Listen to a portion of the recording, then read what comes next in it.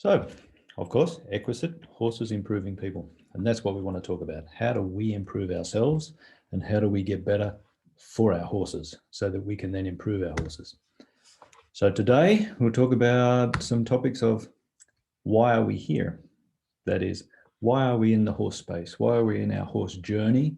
And where are we going in that horse journey? A lot of times I think in our life and especially in our horse journey, we kind of roll along. We have a bit of an idea of what to do, where to go, how to do it, but it's often not so structured. And it's often, I think, what I felt in my journey is that it kind of goes from one day to the next and you're not necessarily focusing on where you want to get to and how you want to get there and maybe when you want to get there. So I want to talk about this. So, of course, the how to get there is part of it.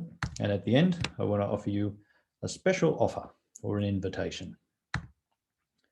So, why are we? More pointedly, why are you here? Why are you in the members area? Why do you have a horse? What do you want to do with your horse? And how does it look for you? So my guess is that you're looking for something. You know, we're all looking for something. We're looking to improve, we're looking to get better, or we're looking for a nicer relationship or something. So think about, what is it that you are looking for? Maybe it's a relationship with the horse. This may be the be all and end all for you, and that you feel like your horse wants to be with you or is taking you seriously or taking care of you even. Or maybe you want something like a piaffe. I don't know. You might want success. Whatever success is, this is a question for you to work out, think about, and decide upon. Maybe you want freedom. Maybe a horse riding gives you the freedom. Maybe you want passage. Maybe you want significance. So you want to be a bit different than some of your friends or peers. Maybe you want canter changes. Maybe you want self-esteem that comes from being able to ride a horse or control the horse. Or maybe you want emotional control of yourself and your horse, whatever it is. So to think about what is missing then for you. So if you want piaffe, or if you want self-esteem, or if you want significance, does this mean this is missing for you? Or do you want more of that? Do you want more in your relationship with your horse? This is the question. So you could be dreaming of riding like an avatar. What I call an avatar is like the Avatar movie, where you could plug in all my hair into the horse and be able to just think what I wanted to do. Go slow, fast, turn left, spin, turn backwards, whatever. This is riding like an avatar and not looking like a sack of potatoes. You might dream of riding high school. This was my dream for many, many years and still is. I still want to get that more and better and more automatic, maybe. Dreams of riding safely. You know, back in the old days, that's what I wanted, to be able to ride safely, not fall off all the time. And maybe some people dream of leading their horse safely. With the Black Stallion, in the first few times I led him out or led him somewhere, it was really a case of I was dreaming of being able to lead him safely, without him pushing on me, without him striking, rearing, doing whatever he does. Maybe you have dreams of a better connection with your horse. So you could maybe walk out towards the pasture and just think about them, and they would turn up, lift up their head from the grass, turn and come towards you. Maybe you have dreams of a healthy horse. That is, no problems in their health, no problems in their conformation. Maybe you have dreams of gymnastics that improves your horse's abilities and functionality, and improves their longevity so they don't get broken down ligaments and joints. So why do you want these things? Why do we want these things? So the point is that we all want really one thing. Even though we describe it differently, we have different areas of focus that we might want, or areas that we want to improve, or areas, whatever it is, we all really want one thing, and that is feelings. We want everything we want because we want a particular feeling. That is, if we wanted to be able to ride in the forest and we want to be able to ride at a canter, we probably want maybe exhilaration, excitement. If we wanted to be able to ride high school moves, maybe we want to ride this feeling of fully togetherness with our horse. Or we want to be able to ride and feel that we are safe. Safety is a feeling, feeling confident. Maybe we want a feeling of control, that we're in control and that we're not out of control. This is not a good feeling. So there are feelings we want and there are feelings we don't want, but it all comes down to feelings. So how do we get these feelings? This is the big question. First, we really need to understand which feelings we want to experience. And in our language, I mean, probably in all languages, there are words for different feelings expressed differently. So we need to start to think about maybe in a bit more colorful or a bit more useful words to express our feelings, not just I hate this or I like that. Start to think about the real words that specifically point to a particular meaning for a feeling. We need to understand then what gives us those feelings. I mean, there will be a lot of times when we get a feeling of comfort or a feeling of love from others. So we need to understand, how does that feeling come? And then we can start to orchestrate our life around getting those feelings maybe more often, more progressively, or being able to get them when we want them. So, I mean, there's a lot of things where we can think about maybe where we would like to live. So some people like to live in the mountains or near the mountains. Some people like to live in the flatlands. Some people like to live next to the ocean. And there's reasons they want to do this, because they get specific feelings or particular feelings from those. Like if you go to the ocean and you might get this smell of the salt water, you might hear the seagulls squawking, you might think about ice cream, for instance, or donuts or surfing or whatever it is that you connect with the ocean. It brings up these feelings, and hopefully they're good feelings. Of course, if you were scared of the ocean and you had been dumped by the waves on the beach several times when you were young, your feelings would probably be more about fear rather than good feelings. So these feelings come back to something that happened in our life, in our experience. We experienced some feelings that we liked or some feelings that we didn't like. But the reason that we remember these is that they're connected with an emotion. And that emotion is, of course, part of the feeling. So if you think back over your life from when you were a child to now, the things that are in your memory are in your memory because you have replayed them, but you've replayed them because of the emotion associated with that feeling. And so with the good memories, these are good feelings and good emotions that go with it. So what we're looking for more and more is nicer feelings, better feelings, more fun feelings, comfort feelings, whatever they are. So we can start to think about, how can we arrange our life to get more of these feelings? And the cool thing is that illusion is also reality. So what does this mean? It means that your mind doesn't know the difference. Your subconscious doesn't know the difference. So you can actually, and they've proved this through experiments, through science, especially with athletes, and also what we've talked about before, The Secret. That is the book or the movie that talks about the law of attraction. So we can have our mind think about these feelings. We can have our mind think about what we want. And if we associate enough emotion to this idea that we want, or this picture that we want, if we make it a vision, it can become a reality.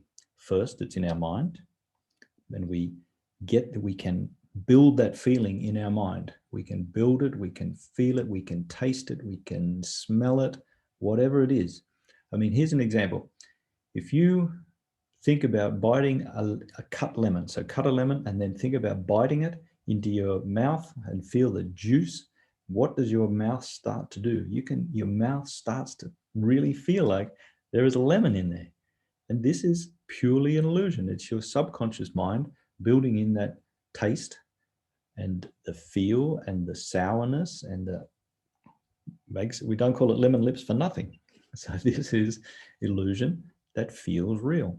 So first we can build it in the mind, and then if we build it in the mind, we can then build it into a reality.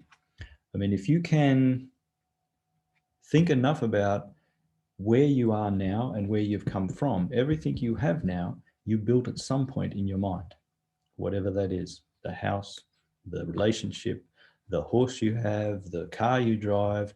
At some point, it was just a thought. It was just a vision. Yeah, this is the case. And now it's a reality. Whether it's the reality you want or not, this is another question and for another webinar.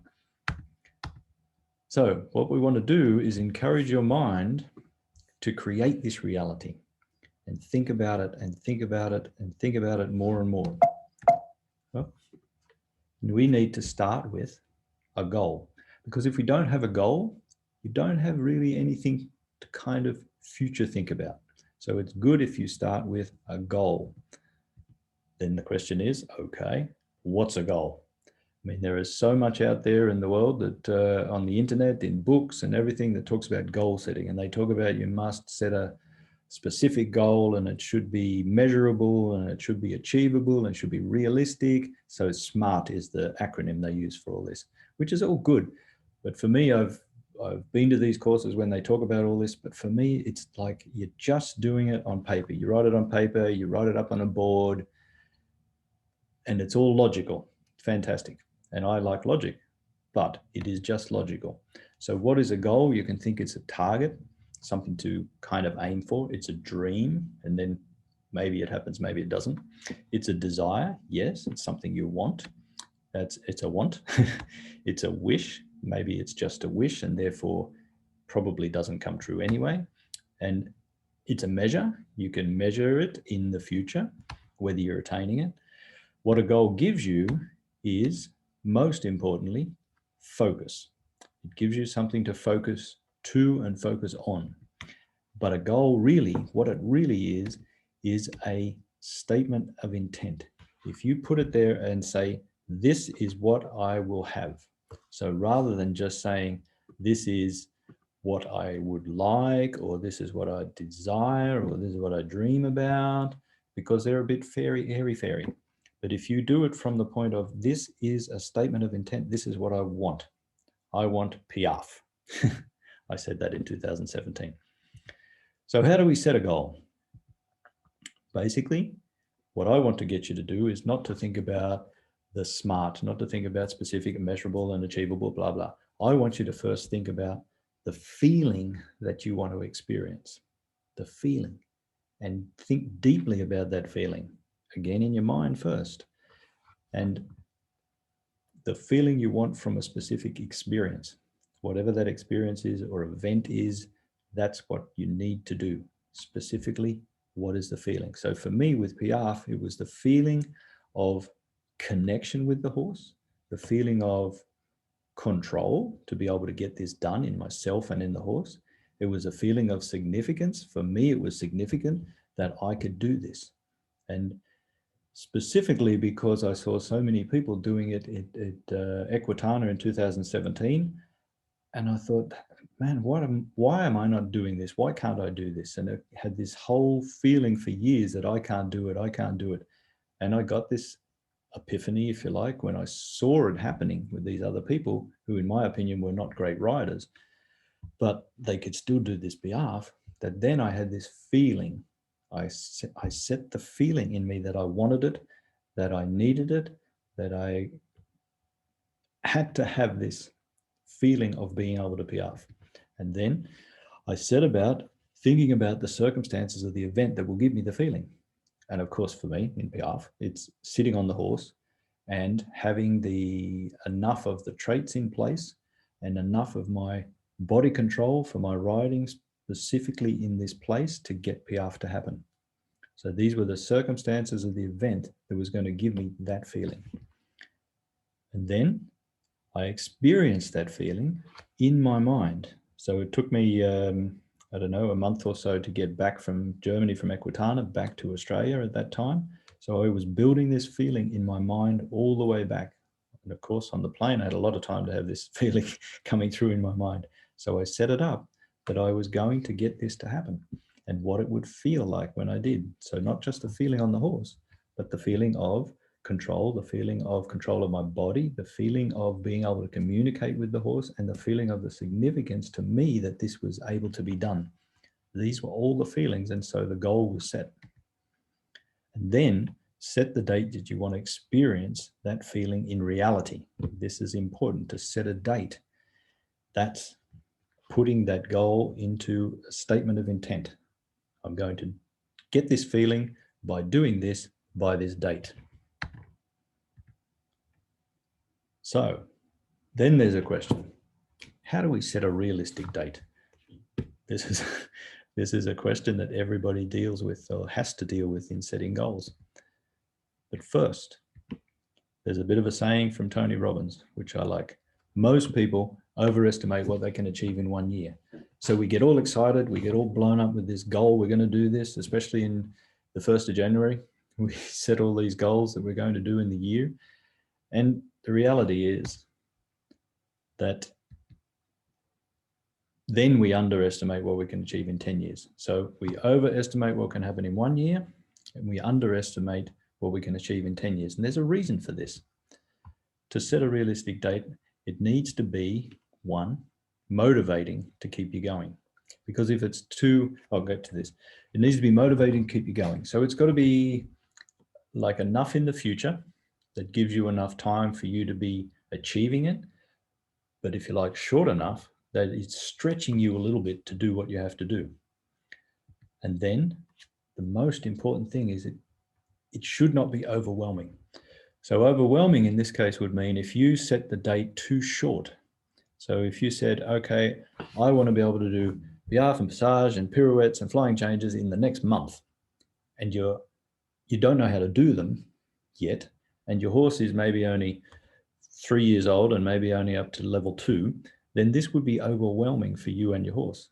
So it makes no sense to set this date. Even if you set it as a feeling and emotion, it still makes no sense to set that date at such an unrealistic time frame. So it's got to be motivating to keep you going. If it's overwhelming, it won't be motivating, it'll be demotivating, and you'll just give up, which is what happens with a lot of people with their goals. So, and we also have to consider something else in setting this realistic date, and that is generally to achieve a goal, because generally goals are new to us, or at least the goal we're going for is new to us. And so we usually have to learn something. That is, to learn something, we must get new input. So we have to increase our knowledge, or we have to increase our techniques, or we have to be able to get more coordinated at something.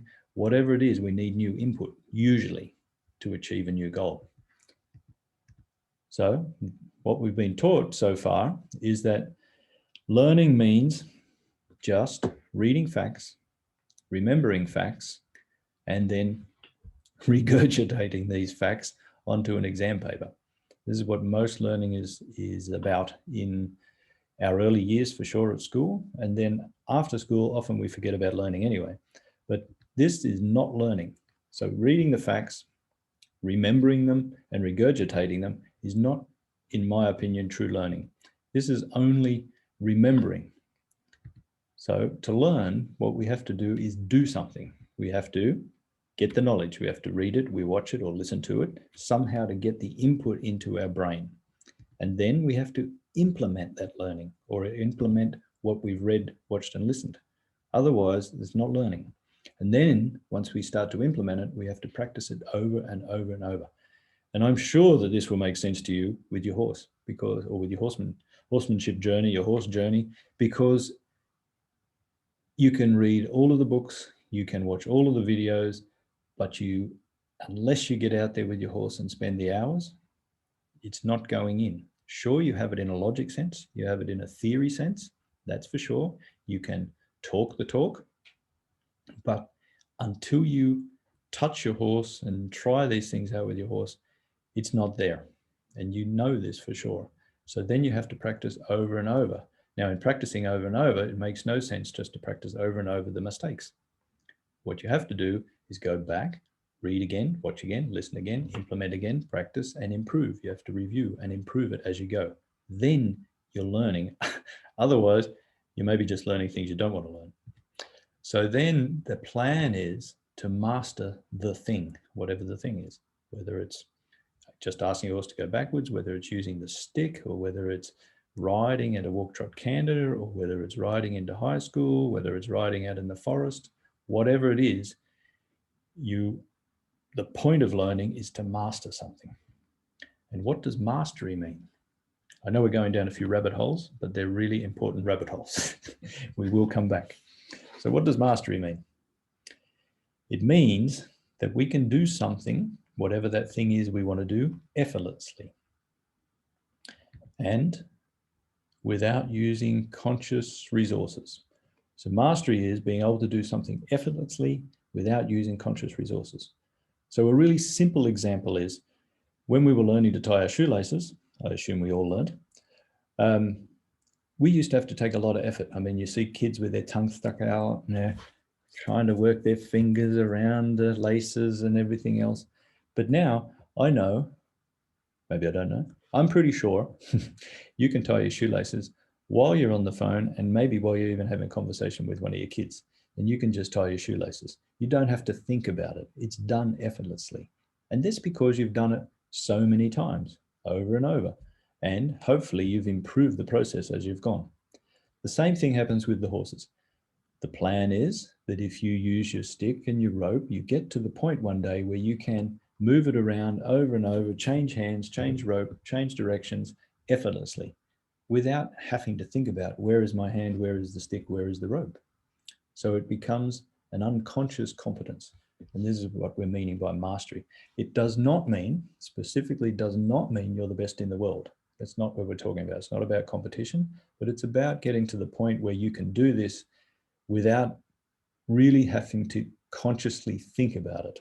And this is what the point of learning is. So what if you don't want mastery? So this comes back to thinking a little bit about having to be the best in the world. That's not what I'm meaning.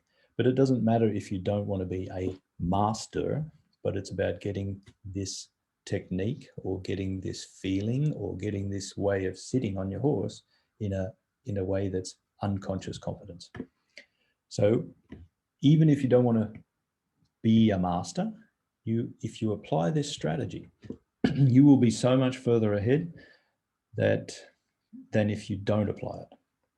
So even if you think, let's say mastery, for instance, is commonly said it takes 10,000 repetitions to get to master something. So if you want to use a stick and string like this, you have to do 10,000 repetitions in theory, in practice, to be able to be master at it. But let's say you did 5,000. You're still going to be a long way ahead of somebody that only does 100 or 10 times. So even if you're not going down the path of mastery, it's still a great strategy to get you ahead, to get you more towards the goal that you want, because this foundation, even just the foundation of learning and doing this process, will help you towards all of your goals, whatever those goals are. So setting a goal gives you a lot of things. Firstly, it is the statement of intention. That is, you're saying, I am going to do this. I am going to get this to happen. Second, it's a focus. And another Tony Robbins great quote is, where focus goes, energy flows. So if you don't have this statement of intention, if you don't have the focus, then you're just kind of wafting around from one day to the next. And depending on what your horse is doing or how the weather is or how you're feeling, you don't necessarily get out there and do the do. You don't necessarily get out there and practice for your mastery. So setting a goal gives you that focus. And it gives you the important future dated feeling. It lets you feel the emotion ahead of time. So you can feel it now, even though your goal might be set 1 year ahead. You can get the feeling, start to build the feeling, build it more and more, and can help you drive yourself towards that goal. And it gives you the big invitation to learn. If you have no goals, if you have no focus, you don't learn anymore. You just stay in the same old comfort zone, shrinking basically, as we know. If something is not growing, then it's shrinking. So it gives you the invitation to learn and practice and process. It also gives you a commitment, a motivation. It gets you maybe out of bed in the morning, or gets you after work when you're already tired and feel like sitting down. It gets you out there to the horse. It keeps you going because you want that feeling. And this is a really next important part of having a goal, and that is a need for accountability partner. That is someone who will keep you accountable for you doing the work that you need to do, or doing the effort you need to do, or keeping the focus that you need to keep. And the accountability partner is not a dictator. Yeah, it's not a manager.